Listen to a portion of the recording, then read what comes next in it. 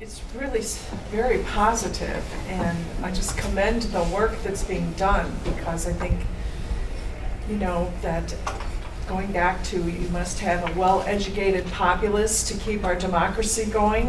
I mean, that's probably a bad paraphrase, but it has to start, you know, like you were saying, someone said 3 to 8 years old. And so my question, I mean, this is really very, very impressive.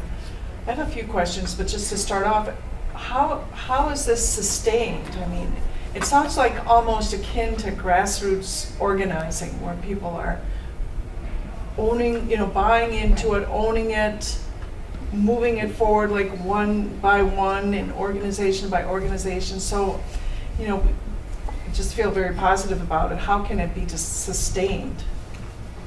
I could speak to sustaining at the school level, because I Okay. really do see that happens. But the other piece is sustaining at the broader level. Yeah. I mean, I do think what happens is when a team comes, because we do ask a team to come for these trainings when we talk Okay. about the 11 principles, which is really important, because we've all gone to things alone and you're like, this is so great. But now you're left with coming back and pitching it to everybody. You bring a team, and a team really is talking about their own school based on these 11, and now they get some fodder and a place to begin, and so they become that critical mass that then Okay. begins to get things going.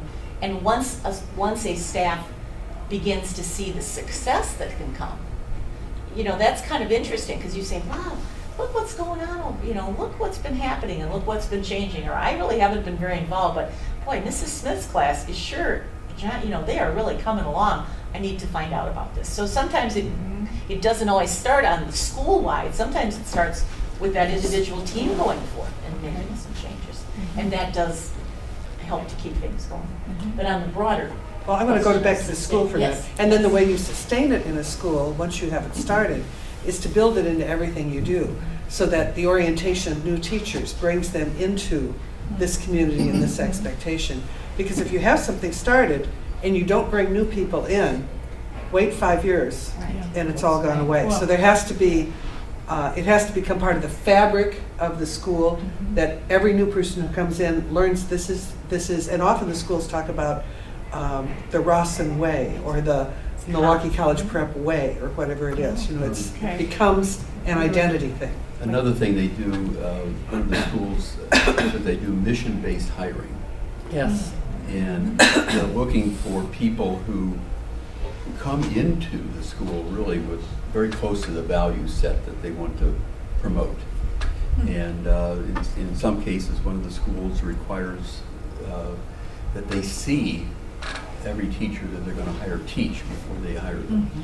And one of the teachers in my interviews said to me, well, if they didn't believe what we believe, they just have to leave. And when you think about that in that way, what she's saying is, this is who we are. And we're going to continue to be who we are. And we're going to build on that, rather than, well, okay, they got different ideas and that's okay. But when you have the entire faculty together around these values, it makes things a lot easier and a lot stronger. Yeah, the building blocks of this are these partners, and their deep roots into this. They'll carry it forward. The overarching is the advisory committee, who kind of coordinates, promotes, adjusts, and so adjustments are very easy because there are no rules.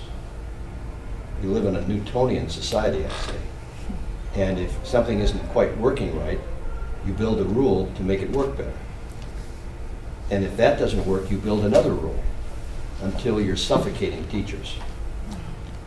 And so if we're living in a quantum world, which we actually are, since Einstein figured it out, you're going to be loose, and there has to be accountability, though, for sure.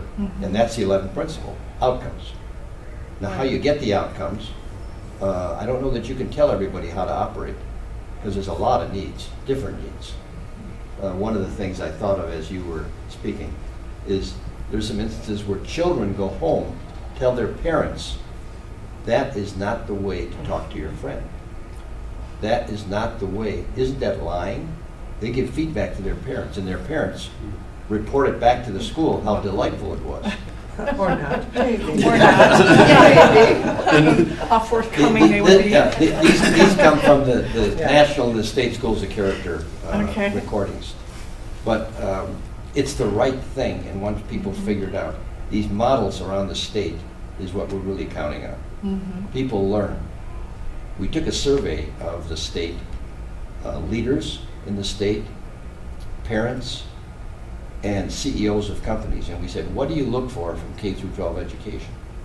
And what they all said they look for is exactly what we're delivering. Mhm. Now, the connection between the two is not, there's something wrong. They just don't quite understand it. We understand it, but it's our job to communicate it. And the best way to communicate is the examples. So that's the sustaining cycle. Okay. If we're open and listening, everything we do has a post-meeting reaction to it. So we're getting constant feedback. Mhm. All that feedback is on the website, from everything we've done from the beginning. It's all there. Mhm. So, can I ask a question? So what's being done to really look at how do we promote this concept? And I'm very familiar with the concept, being a parent of one of the schools. Because I think as we all know, education has been on the forefront, not just here locally, but nationally, specifically with the bigger school districts around the country.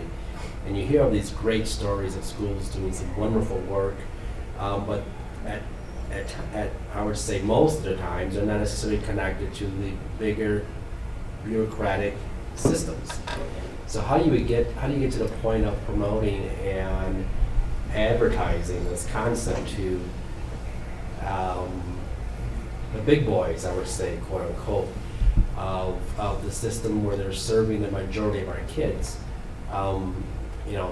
Yes, we do have failing schools in our city, but what can be done, I think, locally to really look at how to send a message out there that some of these things are working? It's not a cookie cutter approach, but it can be maybe tailored to that specific school based on the population. I struggle with the idea that there's so many failing schools. But if they were to apply some of these concepts, maybe not all of it, but some of these concepts, we could have a better society. And that's a conundrum. It's a Yes. conundrum for us, and it's I've often, and Greg Thornton has talked about this too, but where's the outrage? When schools are failing and not much is being done. It's hard to tell you why it's not happening throughout the area. There are a lot of politics that get in the road. There's a lot of bureaucracy that gets in the road. And it's not something that you can tell people to do. So the bureaucracy, even if the school board and the superintendent were on board saying, yes, we want to promote that, it would help, certainly. But it's not something they can say, do this. So it comes to training. It comes to, I think UWM and other schools have a role in how they train teachers and administrators. Administrators especially. You can have some very good teachers in a school and they can be destroyed as teachers if the administration isn't appropriate. So we need to find good principals who also have these principles as well, who are more or less what might be termed servant leaders. We need to have schools where teachers are together on what the values are and how they're going to interact within themselves and with their students.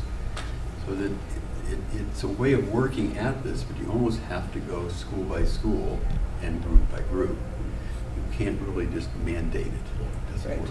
Because the bureaucratic system is a Newtonian model, and it basically stifles. I think our work with LACES over the last 4 years has shown us that when teams come and work for a solid year to develop a plan for their school, that powerful things begin to happen. So I think part of it is identifying schools that are ready to say, we need to do something better for our kids. We need to really look at the issues. I'm always so sad when I go to inner city schools, and particularly high schools that look like prisons. If I were a kid, I would not want to be there.